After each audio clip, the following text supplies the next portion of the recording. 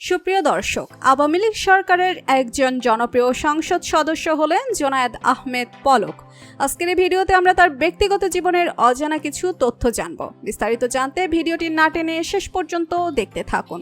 প্রথমে আমরা জোনায়েদ আহমেদ পলকের আসল পরিচয় সম্পর্কে জানব।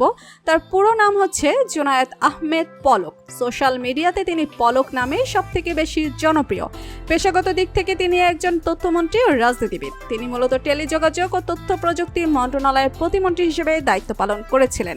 আওয়ামী লীগ সরকার থাকাকালীন তিনি ক্ষমতাধর লোকদের মধ্যে অন্যতম একজন ছিলেন। যাই হোক, ধর্মীয় দিক থেকে তিনি ইসলাম ধর্মের অনুসারী। তার জাতীয়তা হচ্ছে বাংলাদেশি। উচ্চতার দিক থেকে তিনি প্রায় 6 ফিটের মতো এবং শরীরের ওজন মোটামুটি 75 কেজির মতো। তিনি জন্মগ্রহণ করেছিলেন 17 মে 1980 সালে।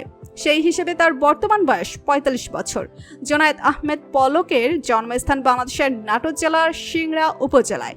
জোনায়েদ আহমেদ পলকের বাবার নাম ফয়েজউদ্দিন আহমেদ এবং মায়ের নাম জামিলা আহমেদ। 5 ভাই বোনের মধ্যে পলক সবার ছোট। তার স্ত্রীর নাম হচ্ছে আরিফা জেসমিন কণিকা।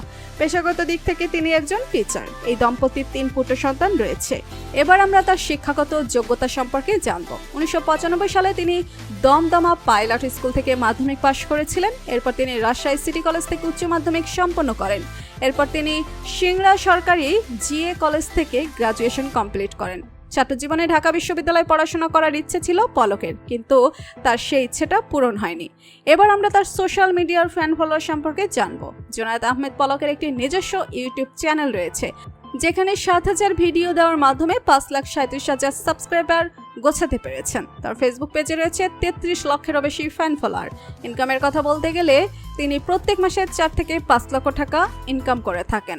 তো বন্ধুরা, সাবেক সংসদ সদস্য জোনায়েদ আহমেদ পলককে আপনার কেমন লাগে জানিয়ে দিন কমেন্ট করে। আর ভিডিওটি ভালো লেগে থাকলে একটি লাইক দিয়ে চ্যানেলটি সাবস্ক্রাইব করুন। ধন্যবাদ।